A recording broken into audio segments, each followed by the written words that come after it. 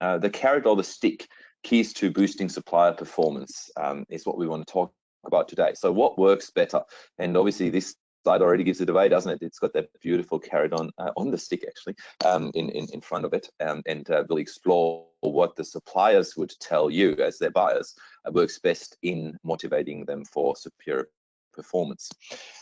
Before we go into that, I just quickly want to introduce what Grosvenor is doing in the procurement consulting space, because I know many of you have not heard of us before, and there's quite a few new names on the attendee list, which I'm obviously quite pleased about. So Grosvenor is a specialist procurement consultancy. We have led over 130 complex procurement transformation projects over the last 5 years. We have about 60% of our clients that are quite happy with us to re-engage us. So that's always something that we're quite happy about. Our Net Promoter Score, for those of you who are familiar with it, is plus 56. And one of the bonuses that we give every client, that's the beauty of being a boutique consultancy, is that you get our CEO's number, and you can feel free to call Peter McFarlane whenever you feel so, when there is a question or a concern or just want to have a chat. We do procurement transformation projects, high stakes procurement projects with our clients, and we also have added recently the Supplier Leadership service line, where we help our clients turn around underperforming contracts, do contract health checks and commercial reviews, and help embed supplier relationship management within our clients' organizations. Who are our clients? Here are some of the logos that I've put together for today. So our main clients are the big end of town, plus government in state government, and also the federal government as well. We've got 3 offices in Sydney, Canberra, and in Melbourne, and we're a staff of 35. So big enough to be dangerous, but small enough to care. All right, so that's about Grosvenor, but obviously the main reason why you're here today is you want to know something about the research that we have done. This research is actually one of 4 studies that we have done over the past 4 years. Today, study looks at the supply side, and we've spoken to suppliers around how they can improve, what they would say the buyers should do to improve their performance. We've also spoken to buyers, so all up, we had 252 participants, and about a third of those are suppliers, and another 2/3 are buyers of goods and services. All up, they make $5.7 billion of spend, and about half of that spend is within the public sector, so there's a good proportion of public sector and private sector expertise within these studies results. $3 billion of the $5.6 billion currently is delivered by suppliers who would be rated by their buyers to deliver 70% performance or below. And if you think about it, obviously we're paying the $3 billion, which is 100% that we're paying, but we're only getting 70% performance. There is something wrong, and there is certainly a need to address what that is wrong. And if you then look at what's in brackets in the bottom of this slide, there's over $600 million that perform below 30%. And certainly, if you talk about value for money, it's not just about what's value for money when you sign the contract, but it's obviously way more interesting for the business and for the organization that you work for, is that then the performance is delivered on the ground day to day, because that does make the difference, and that is over 3, 5, 10 years, depending on how long your contract is. And if that's consistently at below 30%, well, that's a big worry, isn't it? Even if it's below 70%, it is. We talk so much these days about value-adding service providers and suppliers. Well, the definition of value-adding would be that you actually get above 100%, right? You pay 100%, and the performance that you get is at 120%. How great would that be? So this study was sort of motivated by exactly that. What is it that we can do to boost the performance from the 70% to higher, and potentially even beyond the 100%? So this is who we've spoken with, and this is the next section is what are they actually saying about you as their buyers. So the question that we asked is, what is the one thing any buyer should do, in your opinion, to improve the performance of the service provider? There's three themes that we have seen, and the first one is we just want our buyers to listen and engage in a partnership rather than work in a power relationship. And you see all of these other quotes surrounding this one bubble that talk to the same theme. So the days where the client is king, and not just in the mindset but actually in actions as well, treats their suppliers as such, those are obviously over. And we thought we probably are a bit further away that journey than we actually are, and this study points that out. So these are quotes that participants in the study actually said. So this, even in 2017, there's still a lot of buyers out there who keep their suppliers at arm's length, don't work together with them to solve problems, and treat them as if it was a power relationship, whereas true value can only actually be created in close collaboration. And that's certainly one of those findings from our study this year. Be transparent about what you expect and what outcomes you need is the second theme. And again, there seems to be quite a disconnect between how the expectations are communicated and also probably around what the actual expectations are. So suppliers struggle consistently around buyers not being transparent, about them having hidden agendas, about them not being able to actually tell the suppliers what is the outcome that I need. Often we rush and I see that with some of our clients as well, we rush to the market way too quickly because there is a contract that will expire in 2 months' time. We don't have the time to really think it through what we need. And then we struggle communicating that effectively, not just at the procurement stage, but also during the actual contract management or supplier management phase. Last but not least is a theme that we saw exclusively to apply to the public sector. So we're always interested in the differences between public sector and private sector. A lot of our clients are public sector clients. So this would obviously be of most interest for them. The theme here was, please respond to our emails and return phone calls. How basic is this? Supplier management, contract management is not rocket science. Similar to most of procurement, by the way. It's all about being responsive, actually making a call in 2 ways, right? First one, to actually make a decision on whatever the supplier wants to know. And the second one is to let them know and to proactively pick up the phone. And if you're not proactive about it, at least do it reactively and get back to your suppliers in time when they have a question and when they need your input. Those were the 3 themes that we found suppliers say when asked about how the buyers could improve their performance. So far, no questions have come through, Connell, is that right? So I do encourage everyone to give me a bit of feedback on those 3 themes, if some of that rings true with you. Some other quotes that you might have come across when talking to your suppliers and what they would tell you. And I certainly can encourage you, if you haven't asked this question of your supplier in the last 3 months, do it. Ask them, what is it that I could do better? What is it that my organization could do better in order to get more performance from you? One sure thing is, if you don't ask this question, you can't expect that they would be giving you any more performance. So that's certainly a good first step. Why does all of this matter?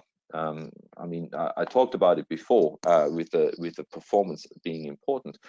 Now, we have asked suppliers on several dimensions about what they do when they manage. We have asked buyers and suppliers, what are some of the interventions that the buyers make when managing the suppliers? And there's 2 groups. The one group is those buyers that lead their suppliers, and what that means we'll see in the rest of this presentation. And we have those that don't lead their suppliers. Now, those that don't lead their suppliers get an average performance of around that 7 mark. You actually see it's quite a nice sort of distribution here. So 7 out of 10, or it averages out to 64% performance. That's what those organizations get that don't lead their suppliers. Those that do lead their suppliers get considerably more. It's an increase of 29%. So they, instead of the 64%, they get 85% performance. It's almost a nice distribution, except for that one little one that only had a 1 out of 10. It'd be interesting to go a bit more detail what they were doing. But you can see there is a lot of suppliers that then provide a performance of 9 or 10 out of 10. If the buyer is actively managing, actively leading their supplier to better performance. And we'll explore what those interventions are today. Now, buyers versus suppliers. What did they say? What was different? So, as I said, about 2/3 of our participants were buyers and 1/3 were suppliers. So, what is different in how they see the world? This slide here shows what buyers think is important. There's 5 things. First of all, buyers think it's very important that I express confidence that the goals of the contract will be achieved. And that's actually something that suppliers say, yes, that is very true. That is very important for us. It is the single most important part. If the client doesn't have any confidence that the goals of the contract will be achieved, neither will be the supplier staff, and therefore becomes a self-fulfilling prophecy that it's not working. Communicating the importance of achieving the goals. This is not expressing confidence, but constantly saying quite bluntly, it's very important that we're doing this. It's very important that we get this done before Christmas. Suppliers say that's actually not that important. They know that, and it's always in the contract as well. So that doesn't really motivate them to better performance. What does motivate them to better performance is the next one, so that the buyer talks enthusiastically about what needs to be accomplished. Again, it's about keeping the motivation of the supplier staff up, which then will lead to better performance. Making clear what the supplier can expect when the goals are achieved. So, actively dangling the carrot is actually something that the suppliers don't really care too much about it being explicit. There's other ways to motivate them better that we'll explore. Being specific about what level of performance is required, yes, it's important, but it's not within the top 5 of what the suppliers would say is important. Okay, what is it then that's in the suppliers' top 5? Well, here we go. It's very important that buyers help their suppliers to develop strengths and to build on their current strengths. So much like managing staff, you want to know what are the strengths of each supplier and to build on those for the common sort of achievement of better performance. Not catching them out on something that they can't do properly, and helping them develop what they already do well into the next sort of level. If you are able to develop a service provider into the next level version of what that service provider can be as a business, they will be delivering you great performance forever. Going beyond self-interest to enhance the performance. So again, it's a two-way street, and that talks to that. So not just your own interest of getting the performance, but your client's interests, your other stakeholders, and also the supplier, obviously, and the supplier staff. The supplier has a lot of experience in delivering those sort of services that you are buying. They have hundreds of other clients. I mean, that's one of the reasons why you've bought them, right? Actively seeking their input and experience when solving business problems that might be even bigger than the immediate contract at hand. That's what drives and motivates suppliers and drives them to better performance. So really making sure that you are seeking their active input into how you can solve your business problems will lead to much better supplier performance. And then you get those 85% versus the 64% performance that we just talked about on the last slide. So to summarize it, suppliers that are able to be led and buyers who are able to lead those suppliers get are 3 times more likely to receive performance that's above 90%. 3 times more likely. Those buyers that motivate, develop, and challenge their their supply base. Those are the ones that get better performance. Motivating, developing, and challenging. That sounds all like consultant speak, doesn't it? I'll unpack those in just a moment, what they actually mean and what you can do today to achieve those three important parts.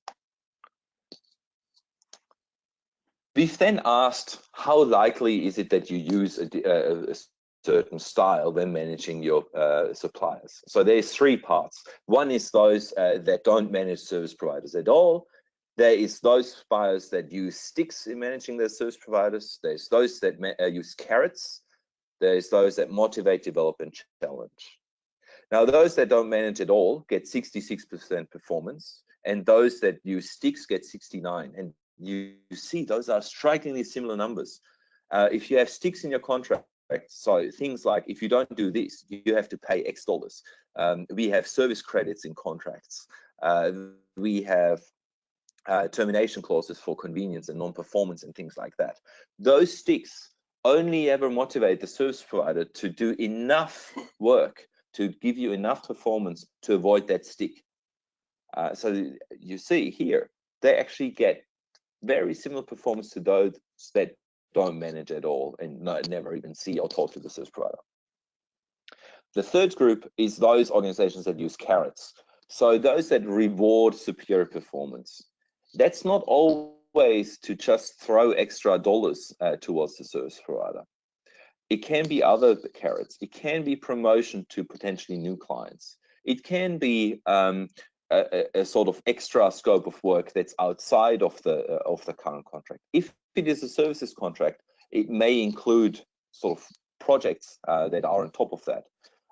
It may include other options within the bigger organization to work with a different business unit and things like that. So using those carrots effectively gets a great performance outcome. So you see the boost from 69 to 87% in performance. Just below that are those organizations that motivate, develop, and challenge their service providers. And both used together, the using of carrots, so that's the contractual arrangement, plus motivating, develop, and challenging, that's the style, the soft skills that great contract managers, great supplier managers use, gets the very best performance out of a service provider. And when we just look at those two right-hand columns, you'll actually see that I've asked buyers whether they are using those soft skills already, and I've asked suppliers how many of their clients actually use it. There's a bit of a disconnect here still. So buyers often overestimate how well they are doing in motivating, developing, and challenging suppliers. So there's probably still a bit more work that needs to be done by buyers to really reap those benefits, which is a great news story for you, right? If you start using that, there's a lot to be gained from doing so. So what are those three keys to boosting supplier performance? And I already said before, it's to challenge, to motivate, and to develop your supply base. The first one is to challenge. It's all about seeking your suppliers' input and experience when solving business problems.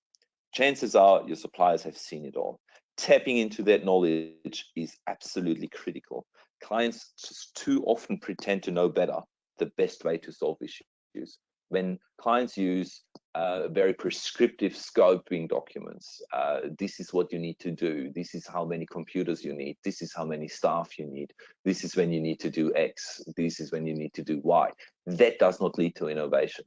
Outcome-based scopes where you describe what the problem is that you're trying to solve, and not just in scoping, but actually throughout the life of the contract as well. Give the service provider a problem. They will solve it for you. That will keep it interesting for them. And that's exactly the point, keeping it interesting for the service provider. You only attract the best talent within the service provider's organization if you give them interesting work. This is services that we're talking about mostly, and in services it's all about the staff that you get from the service provider, and getting a great performance out of them is not different to managing great internal staff. It's all about throwing a challenge over to them and then getting something back that's better for both organizations. It also creates ownership of the proposed solution, and it certainly does not allow anyone to give any sort of excuses that the proposed solution by the client didn't work. Well, the solution was proposed by the supplier, and if that didn't work, then it's the supplier's problem. Colonel, I think there's a question. Yes, we have one question here. Do you have any insights to share on risk allocations and joint management? Risk allocation and joint management was the question. It's probably a bit left of field. So quite often that's then we're talking today about more about soft skills rather than those sort of hard skills that you are doing when you're contracting, right? So defining what's in your scope, who's responsible for doing what, who's best placed to take on an operational risk, but also legal risks, obviously. I think the question actually already answers sort of itself. It's all about identifying who's best place to bear risk and manage that risk and mitigate those risks. And then it's about jointly managing the achievement of those mitigations.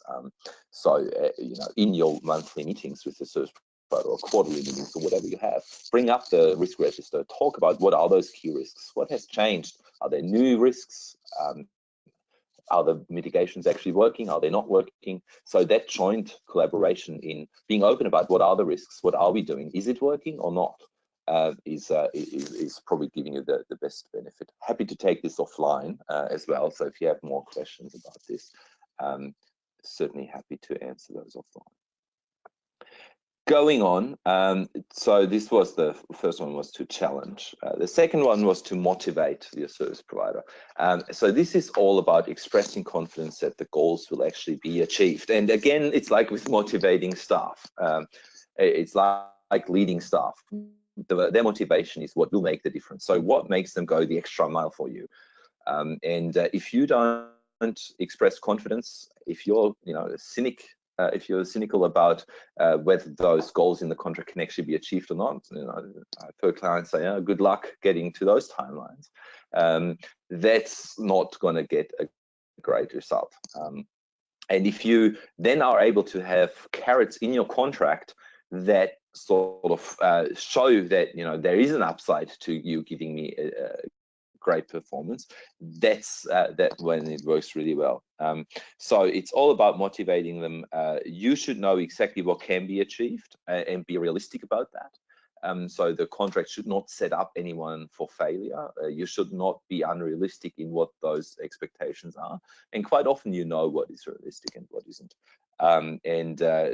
Then motivating your supplier through your communication, through the way that you set up the contract, will lead to better performance. The last but not least, it's around developing your supplier. And this is all based on, you know what the supplier's strengths and weaknesses are, and you build on their strengths. It's not about punishing them for their weaknesses. It's about building their strengths. Every supplier is at a different level of maturity in their business. Like every one of us, right? Like every one of your staff, they have different strengths and weaknesses, different levels of maturity. And for you, it is key to know what supplier has what strength and where do they want to be in 3 years' time, and how can you help them develop that. So it's about knowing how to leverage those strengths and help address the weaknesses to get better performance. That will make a difference in the long run and really bind your supplier to your organization. It will lead to more of a partnership approach, and that will give you better performance over the long run. I've heard of a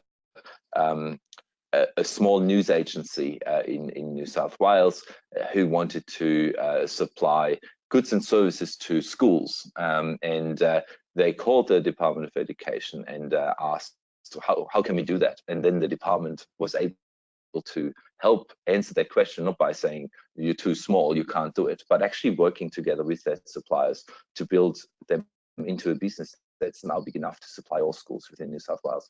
And that is a supplier that always will provide great performance will always pick up the phone, would go above and beyond for their client in order to you know, to thank their buyers essentially for helping them build their business. What now? It's a good question. So now you've just heard that it's all about motivating, developing, and challenging your suppliers to get better performance. You might ask, that's great, but what is it that you can do specifically to get those 85% plus performance from your service providers, and not just the average that we have seen, which is just below 70%. In the report that we'll send to you, you'll find a checklist. And I know that as procurement people and, you know, as consultants, obviously as well, we all like a little checklist. This is a template that I've prepared for you on page 20 of that report when you get it. That will allow you to do just a quick assessment of where you're at. So, you know, is your contract effectively managed and the performance regularly tracked? Does your contract not include sticks, and does it include carrots? And if you tick all of those off, then it's around what are those soft skills that you can get into your contract. So what are you doing, and what could you do better to motivate your service provider? What could you do better in developing them, and what can you do better in challenging them to help you with solving your business problems? So have a read of this and obviously the rest of the report as well, and try to answer those questions, and you will see that gives you a bit of a roadmap what you can do to improve the performance towards those 85% plus. So at this stage, I'm obviously very happy to answer any sort of questions. I don't think any new ones have come in yet, which is great. I'm glad not to create too many questions, but we have probably another sort of 10 minutes if that's helpful for you, where you can ask questions. What I'm also very pleased to offer everyone while you're typing the questions is an hour of free consulting. So this is something I'm willing to extend to you as people have signed up to this webinar and attend this session today. If you are just responding to the email that I'll send out with the report as an attachment later today, just say, yep, I'd like to grab a cup of coffee, then I can give you a free hour of consulting where you can ask me whatever you want around procurement, around high stakes procurement, around procurement transformation, and obviously also around the topic of this research study and how it might apply to you. It might be around, you know, what could your roadmap be to turn around a dysfunctional contract? How can you assess what the performance of the current contract is? How can you define better KPIs? Whatever it is that you do want to discuss, give me a call, send me an email, respond just to that other email that we'll send out, so that we can have that discussion and face-to-face ideally, but obviously over the phone would work as well for those of you who are remote, and happy to extend this offer to anyone who signed up for this webinar. Everyone else, thank you very much. Do visit our website if you want to sign up for some of our content that we're getting out to the market, and I hope you're going to have a nice rest of the week and of the day as well. Thank you very much.